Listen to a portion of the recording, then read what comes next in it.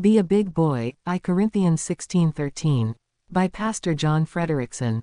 Recently, my wife and I stood in the driveway while our grandson spent 10 minutes running up and down the sidewalk and into the yard. When he rounded the corner, he stumbled and fell with both hands, sliding on the concrete. He moaned as we picked him up. We asked, "Are you okay, buddy? Do you need to put ice on your hands, or are you going to be just fine?" He reluctantly said he was okay, so I praised him for being a tough big boy.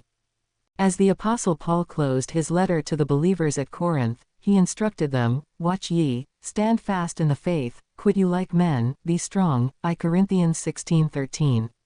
When Paul told them to watch, he meant to be awake and vigilant. Like a sentinel entrusted to watch for enemy movement and alert the camp, these believers needed to watch for Satan's attack in doctrine and enticement into sin. Therefore, they were to stand fast in the faith, like a pylon holding up a bridge.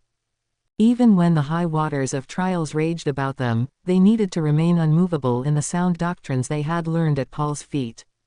They could, if they were moored deeply in God's word. Telling them to quit you like men means to demonstrate manliness, to be bold or brave. It's very much like a saying, be a big boy, or act like a man. Spiritual immaturity abounded at Corinth in many ways: divisions in loyalty to men, I Corinthians 1:12, carnality, envy, and strife 1-3, and foolishly accepting false teachers, 2 Corinthians 11:13. Paul feared they might be swept up into these factions, or grow so discouraged that they might simply walk away from this local church. Instead, they must not faint. They needed to quit you like men, or man up, with strength and leadership. When Carl Sandburg addressed the United States Congress, he said that Abraham Lincoln was a man of velvet steel. Likewise, believers need to exhibit a combination of strength and tenderness. Paul concluded by saying, "Be strong," which simply meant to demonstrate strength when it was needed. Men, your family and your church need you to lead with velvet steel.